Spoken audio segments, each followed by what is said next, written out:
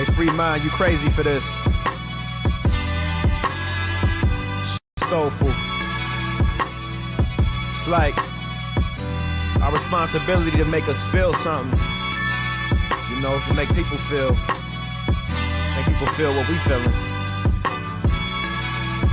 Hey, yo.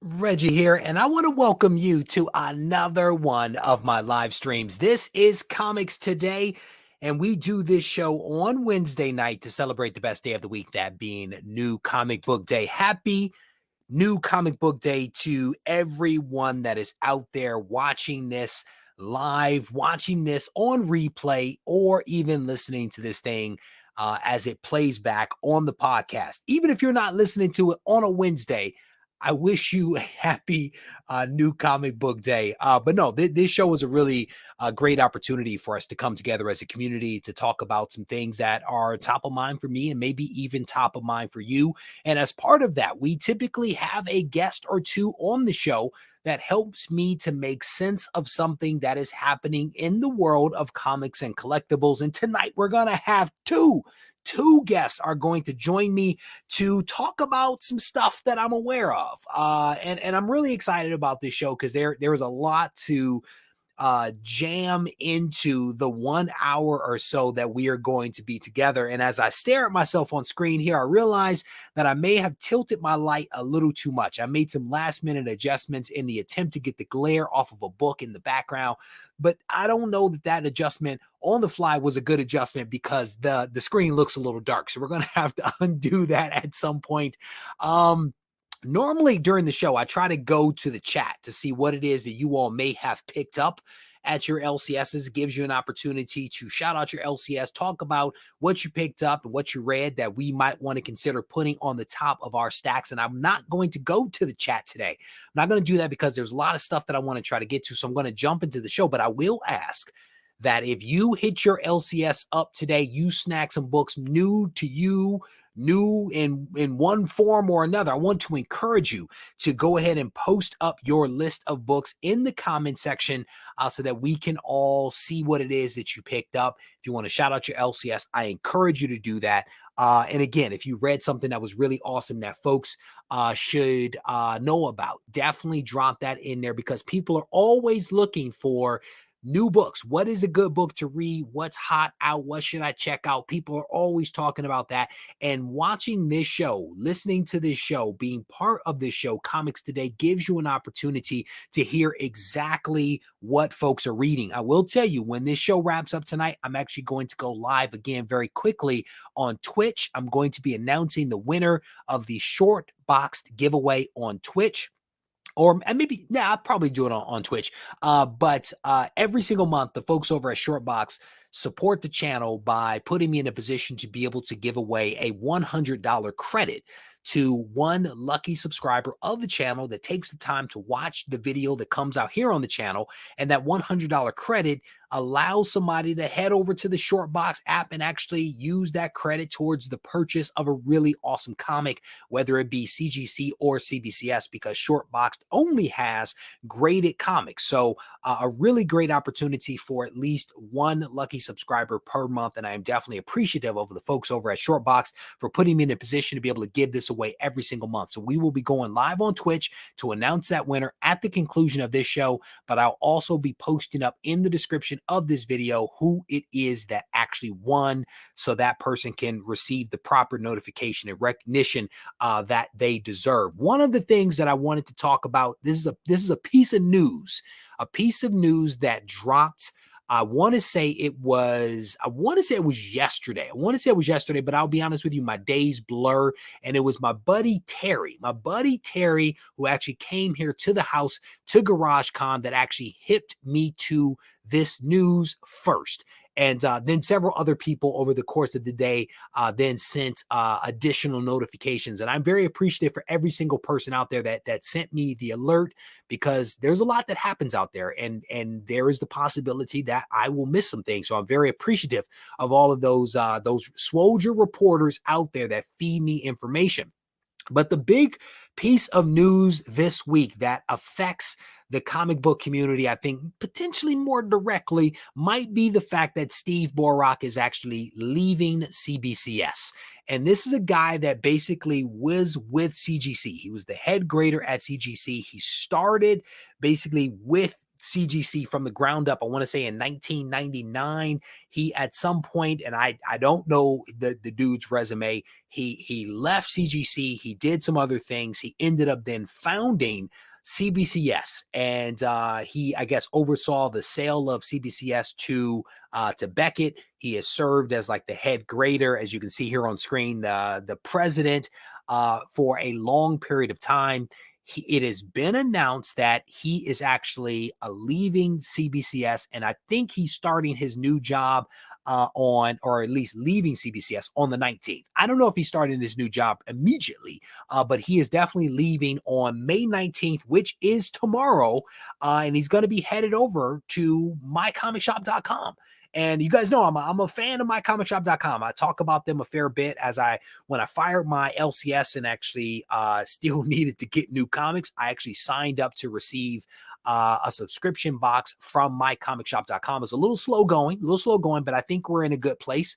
But Steve Borock is actually headed over there. Now, this is noteworthy because this guy has been essentially, for the most part, associated with CGC or CBCS since these organizations came into existence, right? He laid the foundation, and now he is departing. He is essentially departing, and the question becomes, what might be the ramifications of his departure, right? And I think that is a legitimate question for people to ask, because in my opinion, whenever you see CBCS, you see Steve. If somebody is doing a conversation with somebody at CBCS on a YouTube channel, you see Steve. And to my observation, he seems to be the face and the voice that we hear at CBCS. And there are a lot of people that have said in recent days and videos that I've released in the comment section and DMs that they send their books to CBCS because of Steve, because Steve is the head grader. Steve's going to be gone starting tomorrow. So the question becomes, what happens now? What happens to CBCS? Who steps in to fulfill the role as head grader? Who steps in to fill the role of president? Who steps in to fill the role of the public face for CBCS? And so in this article, they actually talk about, in my estimation, how amicable this departure is, right? He is leaving. He is going to hang out with some friends, if you will, at CBCS. He's going to be, at My Comic Shop. He's going to be helping them out with some things. He makes some comments about how excited he is on this new journey that he's about to embark upon.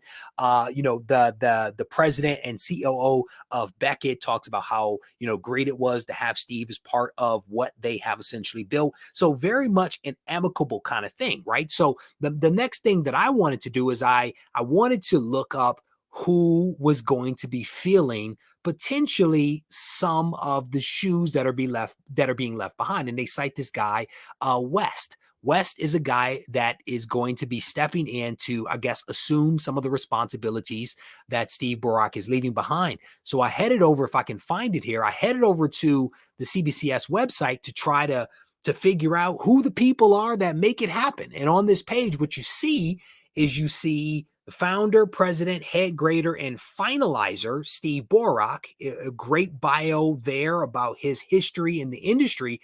And then you scroll down and you see three other guys. You see Wes and the two Steves. And there's no additional details. There is no additional details about who these guys are, what their criteria, what their experience has been, There's really none of that. And I actually tried to search for West because he is basically senior grader, and you would assume will be stepping up to be head grader. I didn't see any information online about him. I actually did a quick search. There was an interview where he and Steve Borock did an interview, I want to say back in 2017, but I was not able to find anything recent. And I honestly just did a quick search because I'm curious, like, again, who is going to step in to fill the void? Who is going to, take CBCS into the next whatever period that they're headed in right now. It's going to be interesting to see how this all kind of plays out. And so, again, I just thought that was a newsworthy thing that I wanted to make sure that folks were aware of.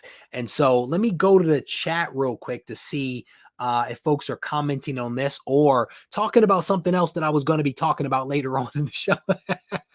Let me see. Nice to hear all parties are good, says Philtastic. Scrolling through.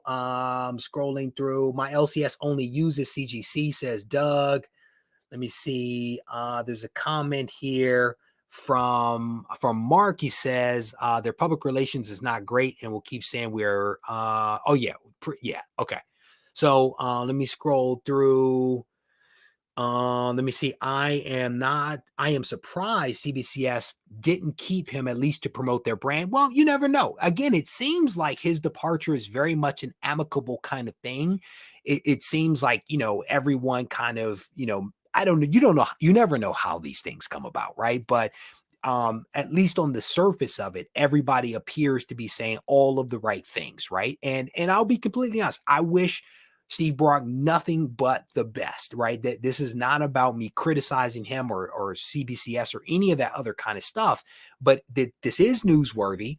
And because of the big role that he has played in the industry and specifically with CBCS, considering he is the face of CBCS, I think it makes sense to ask the question of what's next. And part of me is like, they potentially should have been propping up the West guy to fill that void so that people got to know who he was, what he was all about, maybe putting him out in front a little bit more so people can make that adjustment, right? Where Steve Borock can basically say, this is my guy, right? This is the guy that is going to fill my shoes and he's going to do an incredible job. The handing of that baton, it would have been great to potentially see that. But you never know. You never know. Fletch is like, maybe we'll get a new label. I am confident you are going to get your books, Steve. I don't think that Steve Borock is going to take any books with him. Let's just say that. Let me see. Scrolling through some of the comments here. No calls for Regie to be president of anything. I don't know if I want that responsibility. I'm scrolling through some of the comments. I think I'm all caught up. But again, this was a newsworthy thing that I at least wanted to share with you guys because again, Steve Borock is a huge part of the legacy that is Graded Comics. And there's a lot of people out there that don't like Graded Comics, but it is what it is, right? The guy has been here from the beginning. He has been making magic happen. And it's going to be interesting also to see what impact he has at mycomicshop.com now that he's going over there. There was on the CBCS forum, there was a response. There were a lot of questions about what his role was going to be. There was a response, a robust response, it appears, from mycomicshop.com, basically saying what he was going to be doing. And they were kind of explaining their business model and stuff like that. I did not get a chance to read that response in detail, but I will check it out because, again, I dig mycomicshop.com. And so I like to know some of those behind the scene things of how an organization works. So it'll be interesting to see what Steve brings to the table as he transitions over there and potentially what other kinds of things mycomicshop.com may do now as a result of having Steve Borock as part of the team. So again, just interesting stuff that I wanted to share with you guys. Is robust now a drinking word? Is that? But again, shout out to Terry. Shout out for Terry for flagging this for me early. I think it was yesterday morning. I want to say again, my days blend, so you guys may have to forgive me on that. All right. So with that, Wednesday, Comics Today. This show is all about a celebration of New Comic Book Day. And generally speaking, it is a celebration of comics in general, right? And so I actually want to bring somebody onto the show that is a comic book fan. He is also a comic book creator, and he has introduced several months ago now his own indie comic. And so I wanted to spend a little bit of time talking to HH. How are you doing, sir? Doing very well. How are you doing, Reggie? I am doing well. It is good to see you. Very nice boxing shirt there. I dig the Showtime shirt there. HH, I want to thank you, brother, for reaching out to me and talking with me a little bit about your indie comic Calico. Right. And correct me if I'm wrong. If I get anything wrong, you correct me. I believe that the series is named after the main character known as Calico, who was also known by the name Hector Gill. That's right. Is a former boxer, very fitting shirt, and also a mixed martial arts fighter from the Bronx, which is, I think, where you are from as well, right? Can you give me and the folks listening and watching a little bit of background, a little bit of the premise that is Calico, because I want to make sure that we do it justice. What is this all about? Right. Well, they say write what you know, and I know about fighting and about surviving the streets of the Bronx. The Bronx is infamous. It's the neighborhood that everyone knows around the world. And you come from here, and you have a certain grit and grime on you. And if you're able to get out of here, you have some stories. So the Calico started really as a passion project, as any project does that's substantive. And the Calico is about a guy who is fighting with some demons. Does he hate people? Does he not hate people? When you read the story from page 1, he's having that battle. You get a sense that deep down, he's a good person. He loves animals. That's for sure. Yep. But he has a fundamental mistrust of people. So that's the premise, and the premise ties to his hatred of bullies. So if you think about it, when you're a kid, everybody, when we were young in the playground, I don't care if you were bullied, but you probably saw it, and I'm sure you saw it, in fact. And that bully almost always was just a little bigger than you. Sometimes, sometimes maybe a little smaller. But here's the thing about it: when you're bullying another person, that difference isn't that great. When you're bullying an animal, a pet, you're literally, it's like Godzilla picking you up and bullying you. Yep. And there's no worse bully than somebody's going to abuse an animal, your pet, brother. Dog. What I'll tell you is that I'm from Detroit, okay. And like the Bronx, right? The Bronx, right? The D. Right. If you make it out, you have some stories to tell, right? That's exactly right. There is some grit and some grime on you, right? But if you make it out and you survive, you have some really interesting stories to tell about survival and about trying to make some magic happen. And so that was one of the things that kind of resonated with me as I was reading about you and about Calico, is that you write what you know. And I had an interview with Chris Claremont, and he said something very similar to me. He carries a notebook and multiple pens with him, and he always writes down his observations, and he turns those observations into comic book stories. But you just touched on something really interesting. You touched on this idea of people that mistreat animals, right? And what you are doing is you are talking about animal abuse using comics as a means to address that. I don't know that I've seen that before. Help me to understand why are you writing about animal abuse? 2, why are you using comics in order to deliver that message? Well, first I'll address the first point, how we're addressing it, and then I'll tell you why. The how is, as you mentioned, it's unique, it's groundbreaking. And everyone who talks about the book and who invites us on, like yourself, hits on that point. It's never been done in comics. And that's why we're unique. We're a pioneering and groundbreaking comic book for that reason. And we're doing it, why? Because every study that's ever been done in society and culture shows, and even from common sense, and we know this by example in history, pop culture always influences real culture. Real culture is an actual term, okay, in society, in science, civil science, and you can actually study this. So the impact of popular culture on real culture is tangible. Case in point, the Jeffersons. Case in point, the Mary Tyler Moore Show. Case in point, Will and Grace, et cetera, et cetera. Little by little, these pieces of pop art, okay, did their job to change minds, change hearts, change, okay, that popular culture to be real culture, okay? And what happens is you're a, whatever you are, a person that's averse, let's say in the beginning of this cycle, to a certain group. All of a sudden, a few years pass by, you find yourself tuning into the show, your friends are tuning in, you're at the bar having a beer, and guess what happens? Little by little, things are changing. And there's that slides in. There you go. Yeah. There's that one thing you could always count on, Reggie, in life, and constant change. Okay. That's why we did it, because we know that we're aware of history, we're aware of science. So we leverage science and history and understanding, okay, of how we can use our creativity, in this case, pop art, pop culture, to impact actual culture. That's why we did it. I hate bullies. I grew up in the Bronx, as I mentioned, and I had some bullies, and I observed bullying as well. I also seen some animals get hurt, and that's another layer of the why.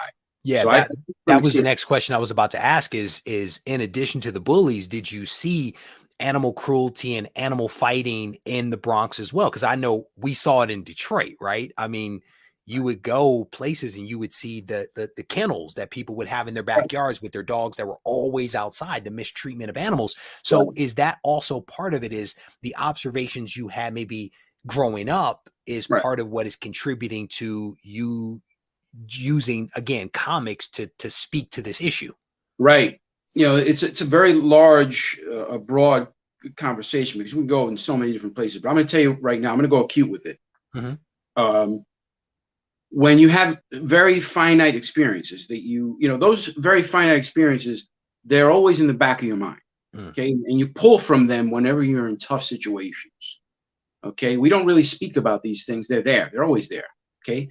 They're sort of like that file that you downloaded years ago. That's always there, and you can never clear out the cache. It's always there. Yeah, I got it. It's always there.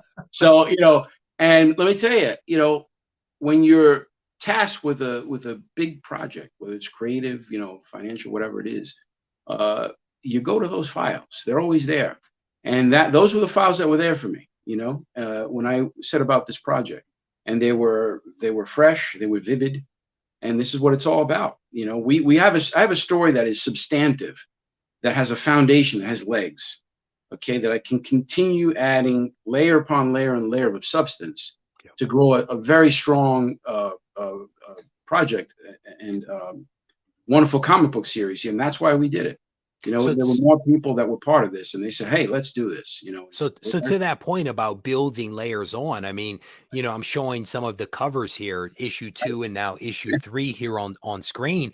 I mean, of a 8-part series, you are about to release issue 5, yes? And I do believe that in issue 5, you are introducing a new villain named the Jiggler. Am I saying that correct? The Jiggler? The Jiggler. Every time I say it, I try not to chuckle, but I can't help, like it invokes a giggle. It does, right? Right. Talk to me about the Jiggler. Talk to me about this guy. What the Jiggler's got to do is, whenever he comes out, he's got to like douse Crisco oil, and then he start doing his thing. The Jiggler is basically. Wait a minute. Are you telling me the truth? Is there Crisco in this story? No. I'm saying what he should do. There he is. This man weighs over 500 pounds. He just escaped from a mental institution. And whenever he gets out, he always goes for that minigun, that M134, baby. And when he starts that thing jiggling, when everybody knows in the street, when he comes out, oh no, it's the Jiggler. That body jiggling. I'll be honest, like I didn't know how to introduce the Jiggler. I didn't know if I could have fun with it or if you'd be super serious about it. Well done, brother. Well done, because it invokes a giggle. And now you're describing this gun. I'm picturing him jiggling as he's shooting this thing. But this is a real, I mean, it's all of the covers I think are pretty action fields, right? Right. They are dynamic covers, and I Right. do believe that all of the issues that you write also are action packed. Do I Right. have that correct? That is exactly right. I mean, they're full of action. I mean, this work here is by our cover artist, Garnabiel. He's so talented. And just a little, just want to spend a little moment on this. I'm Yeah. laughing because it's the sight of the Jiggler is just hilarious. And then how the ghetto, engages him. Everybody's like running out. This is like an episode of The Wire. That's sort of like our comic book is very much, based in the city. And everybody knows these urban legends. And Yeah. the Jiggler gets out it's about every couple of years. He somehow finds a way to get out of the mental institution, and he's always going for that gun. And when he gets that M134, I mean, he's an what do you call this? 9mm caliber. It's only about that big. 7.62 millimeter. You're talking about something like that, and you got it. This guy's wielding it, so his body's going to be shaking all over the place. So it's a funny sight. Obviously, it's terrorizing. But on a serious note, the man he's got schizophrenia. So we're tackling a mental condition in comic books, and really the last popular villain with a mental condition was Harley Quinn that came probably about 30 years ago. So I mean, there's a lot that's going on here. I mean, you're dealing with mental illness, right? You're dealing with what happens in the hood in certain neighborhoods, right? To your point of everybody knows who does what, right? In the neighborhood. You don't necessarily talk about it openly, but you talk about it. Everybody knows. Yeah, everybody knows. But then you're also dealing with the animal cruelty. I mean, there's a lot that is going on in this, and I think it's wonderful, man. Again, I appreciate you reaching out to me. This is being released via a Kickstarter, yes? And I think your Kickstarter just launched yesterday. That's right. Can you talk a little bit about that? Because I'm going to throw it up on screen, but can you speak to the Kickstarter? Sure, thank you. Kickstarter is how we release all of our issues for pre-order. So if you just click on that, it'll take you right to the the Kickstarter page for that, right from our website, sigmacomics.com. And basically, that's our process. You go in there and you go to the Kickstarter and you fund it. And we're finding the Kickstarter medium to be a great way to get new customers that have never heard about Sigma Comics, what we're trying to do for animals. And of course, other social topics such as mental illness. We also have a character that has Down syndrome as well. We're really covering a lot of bases here with this comic book, with the main premise, of course, being animals. But with the character really focused on that. But the Kickstarter is great because like I said, it allows people to come in, learn about it. And let me tell you, a lot of people don't know about us yet, and that's why we're reaching out to shows like yours. You have a great show, and I really appreciate, Reggie, what you do for comics. We need more people like yourself that are very knowledgeable, that are really giving us, the community, a wonderful platform to learn about new comics and also discuss in a very substantive way. I'm all about substance, for me, it's all about the substance. I try, brother. I really do. And I don't always get it right, but I try, right? And so one of the things that I noticed here on the website is that there was a quote here. It says, humans have superheroes, animals don't. And that's essentially to some degree or another what Calico represents. I also noticed here that you cited several different animal organizations that benefit from what you're doing and essentially what the community helps you to do, right? By purchasing comics. And I noted here it was Animal Welfare Institute, PetSmart Charities, and the Humane Farming Association were just three of the ones that were mentioned here. Are there any others that you would like to highlight that you all support through this effort? Sure. The Abandoned Ones Project. There's actually quite a few. If you go on our website for your audience, go to sigmacomics.com and you go to the About Us page, you'll learn all about it. Of course, the Save Animals page, which really hones in on it. But there's so many that we work with, and all of them have to be vetted to make sure that their program to operation ratio is over 80%. Because unfortunately, a lot of times when you donate to a charity, really what you're doing is you're paying for operations, someone's salary, or to keep the lights on.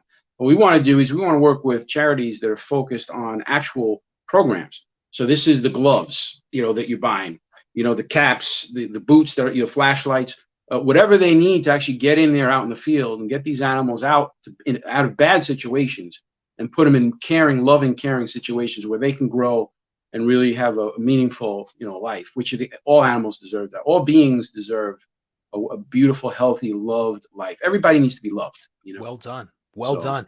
yeah. I'm actually, well, so here, the other question I want to ask you is, Right. so you kicked off the Kickstarter yesterday. Right. Are you going to MegaCon this weekend? Yes. Tomorrow. Yeah. Well, busy time. A lot. You have a lot going on, brother. I mean, that's good though. Better busy than bored, I always say. Right. Do you want to give out your booth number for those folks that may be going to MegaCon that can swing by and check you out? Yeah, I appreciate it. You know, they still haven't, we're always last to get these numbers. We don't have it, but just go Sigma Comics. You know, they have searches now that you could even do it on the website or even on when you get there. Just find a Sigma Comics, and we're the guys who, really want to help animals. Is everybody going to be wearing these boxing shirts? Like, I sense a theme. Like, is everybody in boxing shirts? Like, what's going on? This was a gift. This was a gift from my beloved brother Bobby. He knows. Well, everybody knows I'm a former boxer, so yeah, I get the boxing gifts. You know. There you go. Hey, brother. Hey, there's worse gifts to get. Let me tell you. So, HH, I want to thank you, brother, for coming on. When the show wraps up, I'm going to do another live stream really quickly on Twitch, and then I'm going to be making a donation to your Kickstarter because I haven't yet done that, but I will take care of that before the night is out. I want to thank you for coming on and sharing the Calico story with us, giving us more insight into what this is all about. And it's even bigger and better than I thought that it was. And I already went into it thinking that it was pretty amazing. So I am very appreciative for you coming on. And there will also be a link to the website in the description of this video for those that want to check out and support the program. But thank you very much. Reggie. I really appreciate it. Just want to say one thing for your audience. Yeah. I want everybody to follow Reggie onto that Kickstarter page and just look within your heart. And, some of you, first of all of you read comics. And, when we first came out, people thought we were going to be a PSA announcement. And boy, you're wrong. A lot of people were wrong. Watch that video that's on that Kickstarter page. And you're going to see a lot of people like Reggie who are comic book experts, who know comic books through and through. They haven't been reading comic books for years or decades. They've been reading comic books for generations. These are people who know comics. Don't listen to me. Listen to Reggie and listen to them and do what you got to do. Fund that campaign. Check out issue 5. Check out the Jiggler, man. I'm ready. All I can picture now is Crisco and this guy with that gun. That's all I see in my head now forever. HH, it has been a pleasure. Thank you for coming on, man. Pleasure. The jiggling has begun. Thank you. Oh man, I'm gonna be honest. I have guests on and I never quite know what they're gonna say, but I always have a really good time when they come on and then they have a good time. And that's what that was. Man, that was fun. That was fun. I am definitely gonna support the Jiggler. If you guys don't know about Crisco, man, treat yourself. That was back when I was unhealthy. Let me tell you, we had a lot of Crisco going on. But again, shout out to HH and Here Comes Calico. Definitely a cool project worthy of your support. I'm going to introduce my next guest here in a second. But before I get to that, I want to show you guys a trailer. Well, I'm going to show you part of a trailer that dropped. If I can do this correctly, bear with me, people. I'm working with multiple windows here. Let's see if I can get this thing to work. I'm going to show part of this trailer, and then we are going to talk about it on the other side. Because we didn't ask for this, but you still got to deal with it. Your transformations are triggered by anger and fear. Those are like the baseline of any woman just existing. Oh. Bruce, kind of feels like if I don't transform, I'm gonna die.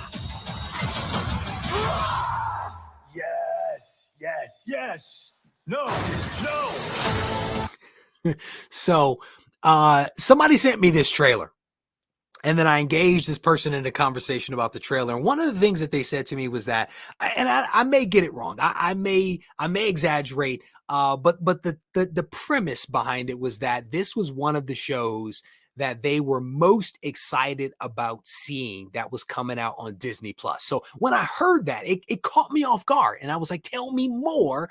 And then at the end of the conversation, I was like, I got to have you on. So we can talk a little bit more about this publicly. But I want to welcome to the channel my man Wayne, aka Squirrel Madness. How you doing, brother? I am good, Reggie. How are you? Wayne, I was doing good up until I saw what was in your background. That's a I prepped for the show. That's a lot of She-Hulk, brother. That's a lot of She-Hulk. And I don't have a 9.8 to my name. How many are back there? Is it one? 194296 is a 98. Don't have a 9.8 to my name. I have a 9.6. And I probably should have sent some other copies in of not just that, but the other. But Wayne, talk to me, brother. Your comment caught me off guard. I was not prepared for you to say that you were excited about She-Hulk. Talk to me about that. Actually, I should have asked you why you thought that. I don't know. I just, of all the announcements for everything that was coming out in Phase 4, She-Hulk, when I heard it, I'm like, yeah, that's the one, because She-Hulk. Now, I gotta admit, I'm more of a fan of the original Savage She-Hulk initial run, 1980. That's more my jam, I gotta admit. Yeah, but okay. I do appreciate the humor from Sensational onwards and kind of the arcs and stories that they've had for the character. I do appreciate the fourth wall breaking and that kind of thing. So I've always liked She-Hulk. I don't know why. And I'll be honest with you, I don't know that I've really read She-Hulk, right? Yeah. Like recently I've been reading volume 5, right? Because somebody mentioned Jack of Hearts. So I started reading, I started reading She-Hulk 1 because it piqued my curiosity and I read it. And then Jack of Hearts showed up, I think in like issue 2, 3, something like that. Yeah. And it's not bad. But you just drew what I heard was a hard line between the Savage She-Hulk and the Sensational She-Hulk breaking the fourth wall. What was volume 1 like? Was volume 1 more raging? She was more kind of angry. Thing? She was more well, not quite savage. I mean, she wasn't like Hulk out, but the stories were more serious, based in the series Marvel universe, like not very similar to the Hulk in the sense that, you know, there wasn't the humor. It was grittier stories, you know, that lacked that sense of humor, that lacked the sort of the sly nods and the little winks to the audience, and none of that existed. It was you know, it was a short run, but it was fun. I liked it. I thought it was a nice take and a change of pace for sort of the Hulk type of persona, to have it as a woman and her experiences, and sort of getting her take on kind of being given a power that she didn't expect, ask for, or want. Yep. So, and I may have to go back and read it, because I think maybe part of the disconnect for me with what you said was that maybe I think more about the humorous She-Hulk than the more serious She-Hulk that you just spoke about with volume 1. And maybe that's why I struggle with you liking it. But with that said, I'm a funny guy. No. I know you're a funny guy. I met you. I talked to you enough. But you're also like a hardcore DC guy, right? And No. Well, I'm a Marvel guy too. I mean, I like DC probably more than you like DC, but you know, I appreciate it all.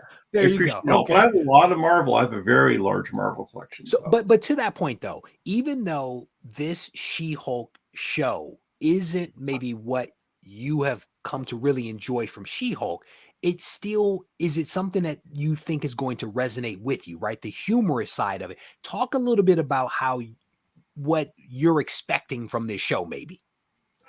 I'm expecting to have a fun, good time. I think, you know, it's almost like, I think they're like, the way they're pacing, the way the shows are coming out, you're getting kind of a ultra serious story with one that's maybe got a little tongue in cheek, you know. I forget what was before Hawkeye off the top of my head, but I know it was serious, and Hawkeye was a bit more tongue in cheek, some humor in it. Then Moon Knight, I mean, mental health, serious stories. And now She-Hulk. I mean, Miss Marvel's going to kind of sort of maybe be a bit of both, because that's kind of happening before She-Hulk. But now you're kind of getting kind of the more lighthearted side, and then you'll probably get into a more serious story. And they're kind of balancing it and giving kind of everybody a little bit of everything, so they'll all feel something in more MCU will appeal to everybody. I hadn't thought about it within the framework of all of the shows and the sequencing of the show. So that's insightful that they're doing that, or potentially feels like it. But you also made mention of a couple of the actors that we didn't see in this clip, but were in the overall trailer, right? It was the guy that plays the Abomination. Emil Tim Blunt, who Roth, played- right? That I think he was the Abomination before, right? He's actually a pretty cool actor. I didn't know his name until you told me, and then I looked it up, and I was like, oh, I know this guy, right? But there, I think you also made mention of the main actress and how I think you like her acting. Is that what I heard? Yeah, she was in Orphan Black, Tatiana Maslany. She's really a great actress. Like she can handle different types of personalities and even play a variation of the same character, but with different traits and stuff. And she's really a great actress. I think she's a great choice for this. Jamila Jamil from I just had a brain blip. Just The Good Place. Make it from up. the Good Place. From the Good Place. Oh yeah, it's going to be Titania. Yeah.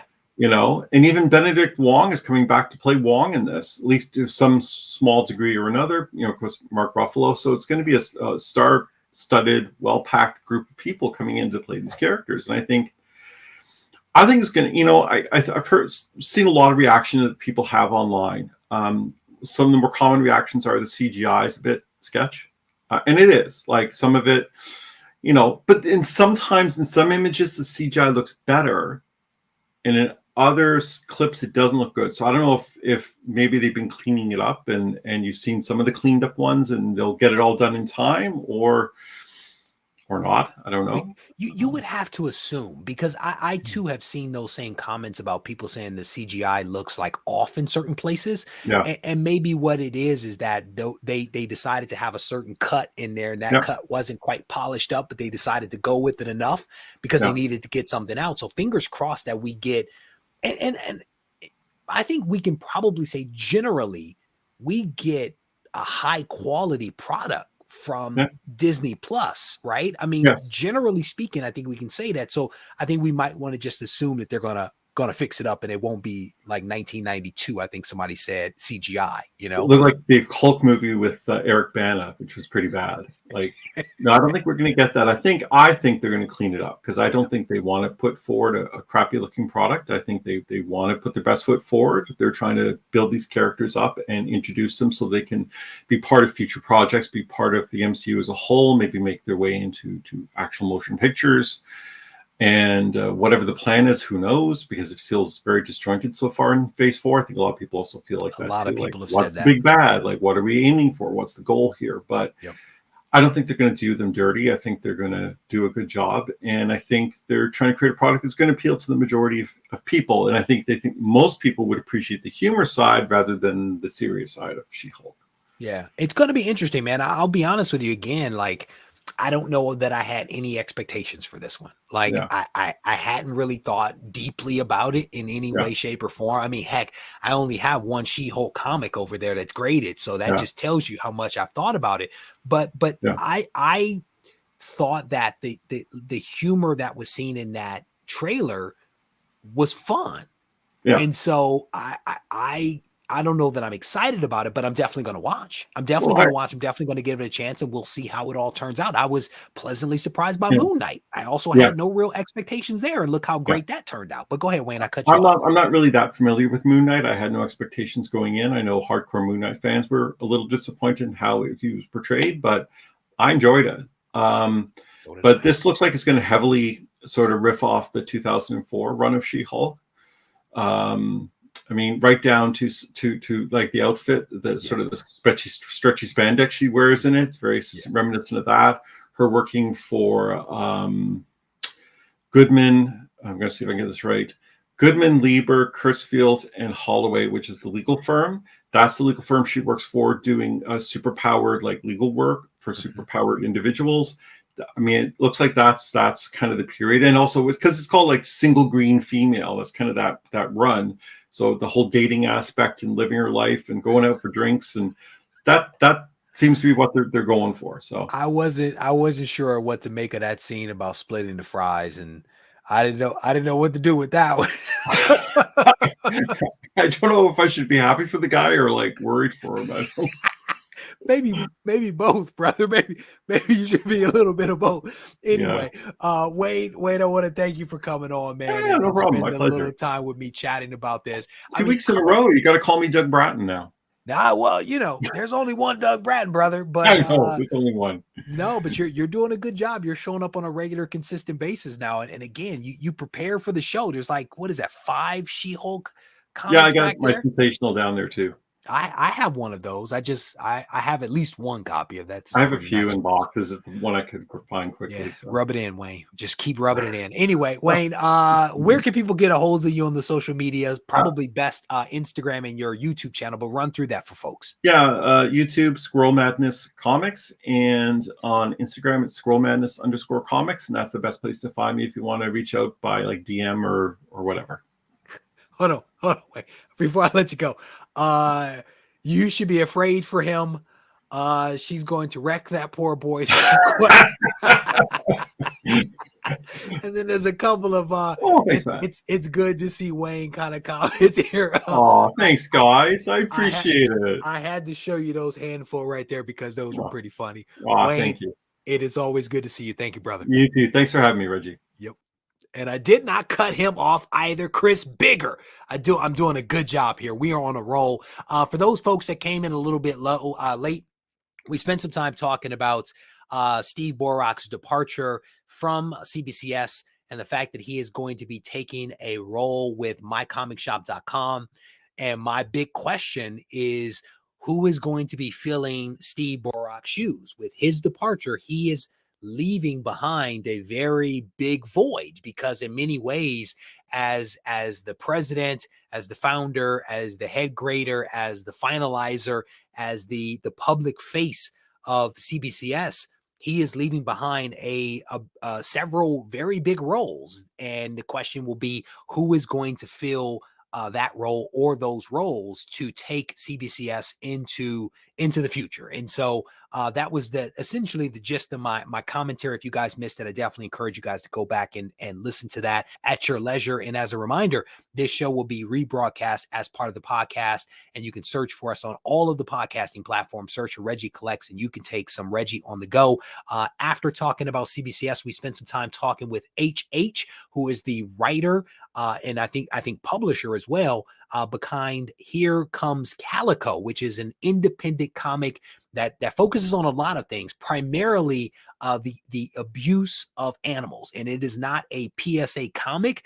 He is putting together some pretty awesome stuff, jam-packed comic, full of energy and activity. And he is kicking off his Kickstarter campaign that I'm going to support here. As soon as the show wraps up, I'll put a link in the description if folks want to check that out. So there you go. That was a little bit of a recap. One of the other things that I wanted to get to, and I was waiting for an image to come in. Patreon, you know this. I was waiting for an image to come in. Patreon, the image has not come in yet, but I am going to give you guys a preview of something that Doug Bratton and I have been working on for a while. Liger style. That's what's up, man. It's been a while. I've been meaning to get, HH on here for a while. He's reached out to me. He sent me multiple emails, and we finally made it happen. And I'm very glad that we were. He represented himself in his project incredibly well. And again, I'm going to support the project as soon as the show wraps up here. I will also be doing a very quick live stream on Twitch, where I'll be announcing the winner of the short box giveaway. So if you're on the Twitch, look for me there. There's also, if you're on the Discord server, you can actually access the Twitch that way as well. So one other thing that I wanted to get to before I give you guys this reveal, Doctor Strange in the Multiverse of Madness is making magic happen. This article, I just realized, is incredibly old. So we're not going to talk about that. I just realized that I may have pulled up something that was dated. It says May 6th. That is way old. We are not going to look at that. My apology for that. I try to pull in new stuff, and I inadvertently pulled in something that was a little dated. So I promised Patreon that I was going to give a reveal of the cover for Isolation. And we are going to do that right now. I don't know if Doug is here. Doug had a little bit of a conflict this evening, and so I don't know if he has actually come into the room yet. But we are going to do a little bit of a quick reveal of one of the covers for Isolation.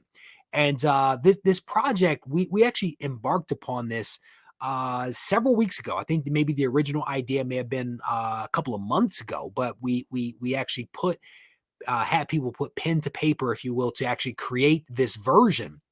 And this is one of the covers. This is one of the covers for Isolation.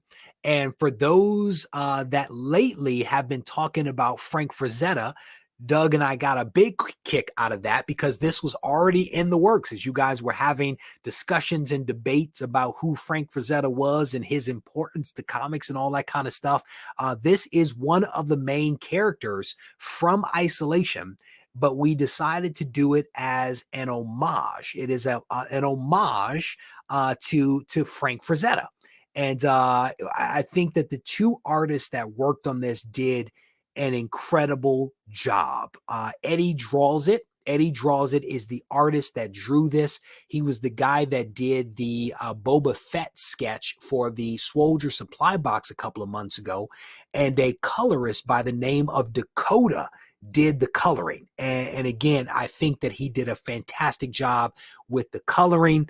Eddie's pencils are incredible. This came together incredibly well, and I am super pleased with Doug's idea to do this homage piece, and it came together incredibly nicely. I will not tell you who that character is because that would potentially be ruining part of the story for you guys, but I at least wanted to show this right here because it is a sight to behold. It is probably one of one of my favorite covers of the ones that have been done. And you might wonder, how many covers have we done?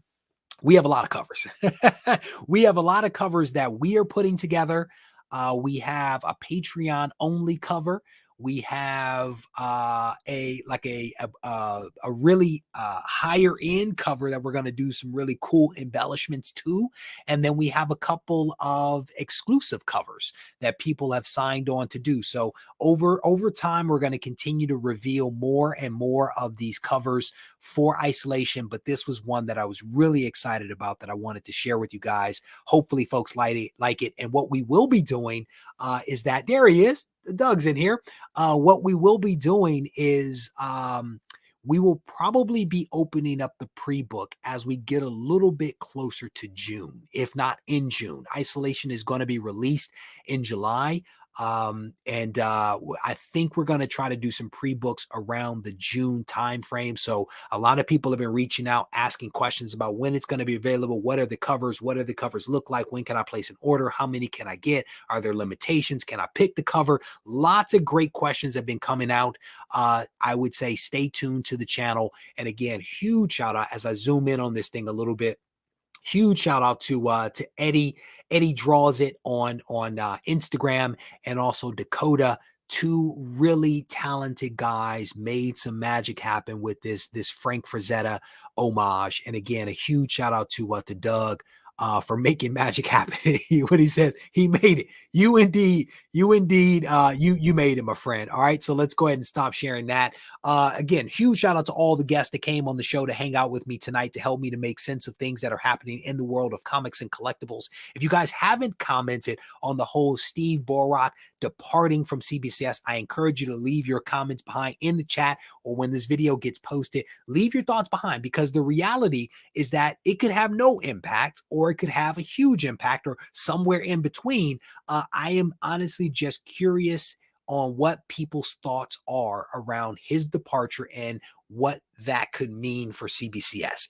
And I am not saying that in a way that I am hoping for doom and gloom. That is definitely not what I am attempting to invoke, but I am interested in hearing what people's thoughts are regarding, his departure. And as I mentioned, I'm going to be going live on Twitch here in a moment to announce the winner of the short box giveaway for this month. As always, I want to thank you all for hanging out with me just a little bit. I hope that you all enjoyed the show. And if you did, please hit the thumbs up button, leave a comment behind. And if you need to reach out to me for any reason at all, feel free to do so on Instagram at Regie Collects. Take care.